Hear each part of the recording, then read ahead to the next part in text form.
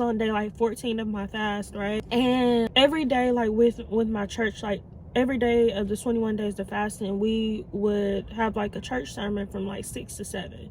So I would attend church from 6 to 7 every day online, and every day it would just be about there would be a different topic, there would be different speakers. Every day it was something, something new during our 21 day fast. But this particular day on January 21st, 2023, this woman comes on the screen, and she attends the church, right? She comes on the screen to to just pray, and she begins telling this story. And her story was God telling her to quit her job. Like, she was just telling, and I really wish I would have recorded what the woman said. But I mean, just during this time, I wasn't really thinking about, recording what she was saying, right? But she just basically, to sum up her story was just like, God just was calling her to quit her job, and he told her to quit her job so that she could depend on him, right? And as she's telling this story, my heart literally gets heavy. And I don't know about y'all, but for me, walking with Christ, you can kind of I feel like, for me, I really can feel the presence of God when he's here, if that makes sense. And I know that's kind of weird because he's always here, but I feel like during certain times, he makes it very clear to me that he's here. And he does that by giving me this, how can I put it, this overwhelming, it's like an overwhelming energy, I feel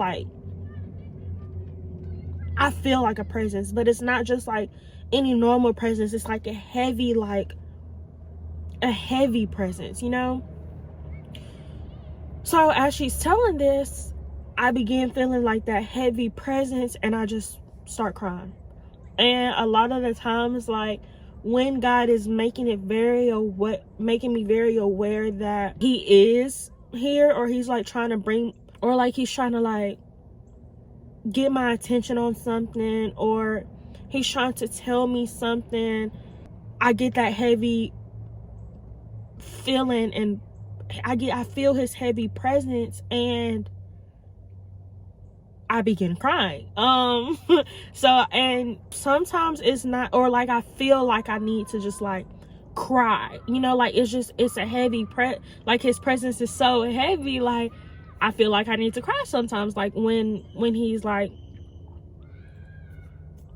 don't know, I really don't know how to explain it, and I wish, I know that some of y'all are gonna understand and get what I'm saying, and I guess, this is just, for the ones who do understand, but yeah, that's just as best as I can explain it. I don't know, yeah, as she's just telling this story, I felt God's presence. And the moment that I felt his presence and I began to cry, I knew right then and there, God was telling me to pay attention and confirm it to me that this is what I want you to do, And like I said, I can't really explain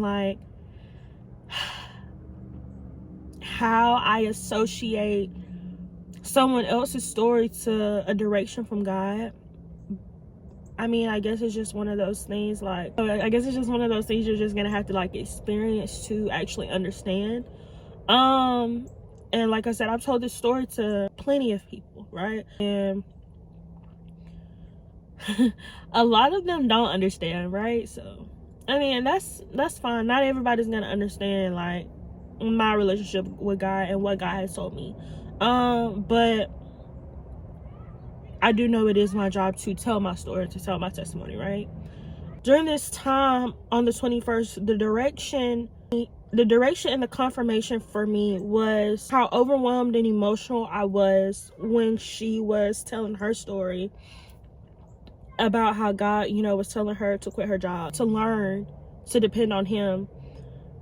And just simply because I had been feeling that desire previously before. And like I said, I really wish I had my journal, because I want to say I started like journaling in like December.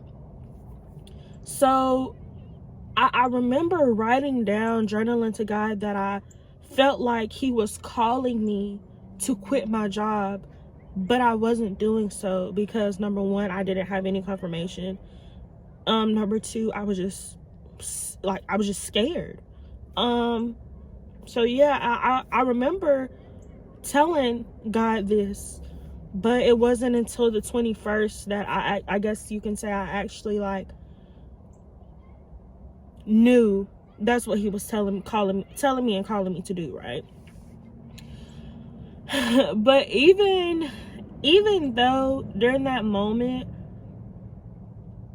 I knew that was God's direction for me, I still was terrified. I still was scared. I didn't quit my job that day. I didn't quit my job on the 21st. In fact, I told God, after I kind of like told him like all of my worries, and my worries being, how was I going to provide for myself? How was I going to deal with what other people thought of me? How was I going to even explain to other people, like, even though he had already paid my bills, I still was worried about how I was going to provide for myself. Like, he had covered like my major bills, like the necessities, but there was still this sense of worry that I had, right? Even though he had provided for me and showed me that he could and would provide for me. But so after I had wrote all of that down to him, I told God point blank that I wasn't gonna quit my job. Like, told him I would quit my job. I put it off. I told him that I would quit my job on the 31st. It was the 31st of January 2023. So instead of being obedient and quitting on the 21st like he told me, and like I already knew that I should have been doing, I pushed it off. I pushed it back. And honestly, like, I'm not proud of that, but that's the truth on what happened. So for the next 10 days, like, I'm literally just like worrying and counting down the days till I actually have to quit my job, right?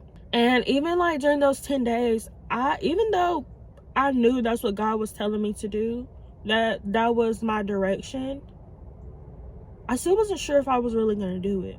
Time went by, though. The next 10 days go by, and the 31st gets here, and during this time, like, from the 21st up until the 31st, I was working, like, and I wouldn't say like I was like working, like actually like clocking in, because I was not able to get in my system, like, and I know now, like, that was God, like, because he had been telling me to quit my job. So of course, if he's calling me to quit my job and I'm blatantly just ignoring what he's saying, of course nothing is going to go right at my job, like. So yeah, just troubleshooting, trying to get back in the system, hoping and praying that I get back in the system, because if I would have got back in the system before the 31st, I would probably still be working that job now.